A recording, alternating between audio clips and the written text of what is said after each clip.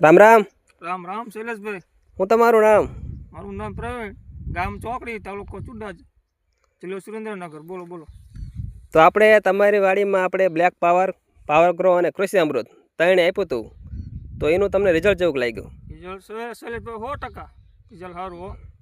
આ કપા જોવો આપણે, જો આ ફાલ જે ખરતો તો બધો ફાલ બધો અટકાઈ ગયો. આટલો જો આટલો આ બધો રહ્યો ને, આ ફાલ બધો થઈ ગયો બરોબર. આ ઝીંડવા તમે જો બરોબર ડાયરેક્ટ બધા સાપકા મુદે ફાલ ખરતો નથી ને કપા લેલો સમ બીજાના હુકાઈ જાય એવા થઈ ગયા છે ને. હા, આપણે તો સારો કપા શૈલેષભાઈ, જે આપણે તમે આપણને આપી ને એ પછીનું રિઝલ્ટ સારું.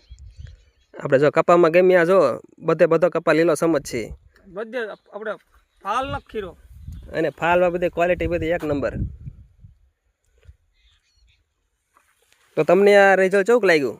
રિઝલ્ટ આપણે શૈલેષભાઈ 100% સારું લાગ્યું.